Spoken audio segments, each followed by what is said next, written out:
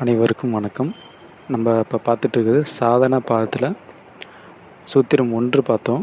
அதிலே பகுதி 2 பார்க்க போகிறோம். உடல் சார்ந்த சுத்தமும் பாலுணர்வில் தூய்மையும் கொண்டிருக்க வேண்டும். அதுவே உண்மையான தவம் என்கிறது கீதை. இது உடலுக்குரிய கட்டுத்திட்டம். உங்கள் பேச்சு அடுத்தவரை புண்படுவதாக இருக்கக்கூடாது. பேச்சில் உண்மை இருக்க வேண்டும். நன்மை அளிப்பதாக பேச வேண்டும். புனித நூல்கள் தவறாமல் படித்து வர வேண்டும். இது வாக்கு சம்பந்தமாய் கடைபிடிக்க வேண்டியது. சாந்தம், பிறருடைய நிலை கண்டு வருந்துதல், ஆத்ம தியானம், புலனின்பத்திலிருந்து அதற்குரிய பொருளில் இருந்து மனதை விலக்கி இருத்தல் வேண்டும். இவை மனதிற்குரிய கட்டுத்திட்டங்கள் ஆகும். அடுத்து, உண்மையான தவம் தன்னைத்தானே தண்டித்து கொள்வதில் இல்லை.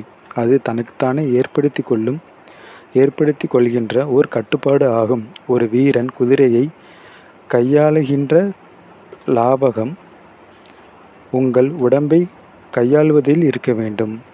மனதை கட்டுப்படுத்தாத ஒருவர் எப்படி தன்னுடைய புலன்களை அடக்கியாள முடியும்?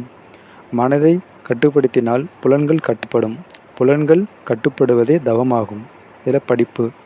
இங்கே படிப்பு சாத்திரங்கள் படிப்பதை, தேத்திரங்கள் பிராணாயாமம் செய்வதை, வேதம் ஓதுதலை, தத்துவ நூல்கள் கற்றலை குறிக்கும். மந்திர ஜபம் இதில் அடங்கும். தன்னை அறிவதற்குரிய நூல்கள் துணை கருவி. கற்பதன் மூலம் ஆத்மாவை, அதாவது இயற்கை கருவி, அதாவது பிரகிருதி, இறைவனை பற்றி உண்மைகள் நமக்கு புலனாகும். யோக பலன், அதற்கான சாதனை, அதாவது பயிற்சி பற்றிய ஞானத்தையும் படிப்பு வழங்கும். யோகிகள் வாதிடுவதில்லை. அவர்கள் தர்க்கங்களை கடந்து வந்தவன். எனவே தர்க்க நூல்கள் அவனுக்கு தேவைப்படாது. வாழ்நாள் கொஞ்சம் வாசிக்கு கிடைக்கும் நூல்களே எண்ணற்றவை. இதனை கருத்தில் கொண்டு பயனுள்ள நூல்களை படித்து அவற்றின் சாரத்தை எடுத்துக்கொண்டால் போதும். எதையும் அறிகின்ற நிலையில்தான் வாதங்கள் புரிய தோன்றும். ஆராய்ந்து ஒரு முடிவுக்கு வந்த பின்பு வாதிட அவசியம் இல்லை. அறிவின் துணை கொண்டு காண்பதெல்லாம் ஒரு கட்டத்தோடு நின்றுவிடும். ஒரு யோகி உள்ளிலும் வெளியிலும் அமைதியை காண்பான். அவன் புலன்களுக்கு அப்பால் செல்ல விரும்புகிறான்.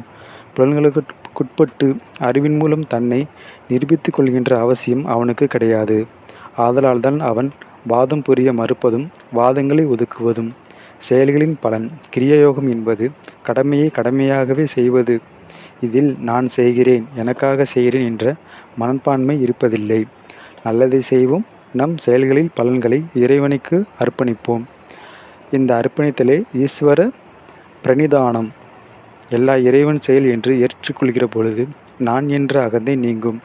ஒரு செயலில் வெற்றி இருக்கிறது, தோல்வி இருக்கிறது, பெருமை இருக்கிறது, சிறுமை இருக்கிறது.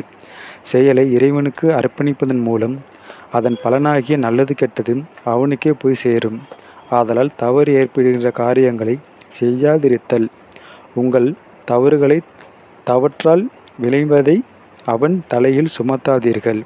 உங்கள் செயலில் உங்களிடமுள்ள மிக சிறந்தவற்றை பயன்படுத்துங்கள்.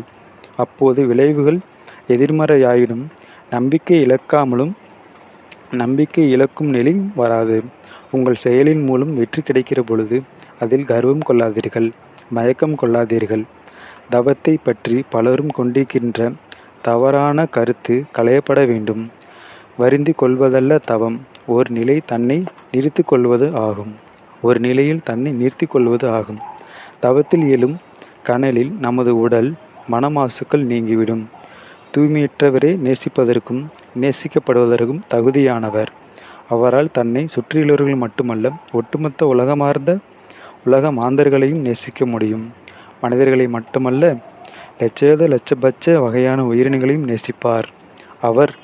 அதைத்தான் வள்ளலார் ஜீவகாருண்யம் என்கிறார். கிரியா யோகத்தின் மூலம் சாதகர் அத்தகைய மனப்பக்குவத்தை பெறுகிறார். மனதை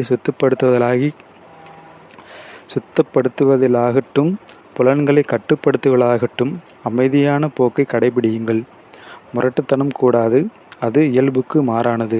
இயல்புக்கு மாறான எதுவும் நம் விரும்புகின்ற பலனை தருவதில்லை. அதிலும் ஆன்மீக வாழ்க்கையில் நெறிகளுக்கு பொருந்தாதது எதுவும் இருக்கவே கூடாது. நல்லதை எண்ணி, நல்லதை சொல்லி, நல்லதையே செய்தால் மனம் சுத்தமாய் இருக்கும். அதே போன்று நல்லிணக்கமும் உதவும். ஒரு குறிக்கோளை அமைதி கொண்டு அதை அடைய முயல்வது கூட வேண்டாத வழியில் மனம் செல்வதை தடுக்கும். இதுதான் சூத்திரம் 1ல் சாதன பாகத்தில் சூத்திரம் 1 பார்த்துட்டோம். மீண்டும் அடுத்த ஒரு தலைப்பில் சந்திப்போம். நன்றி, வணக்கம்.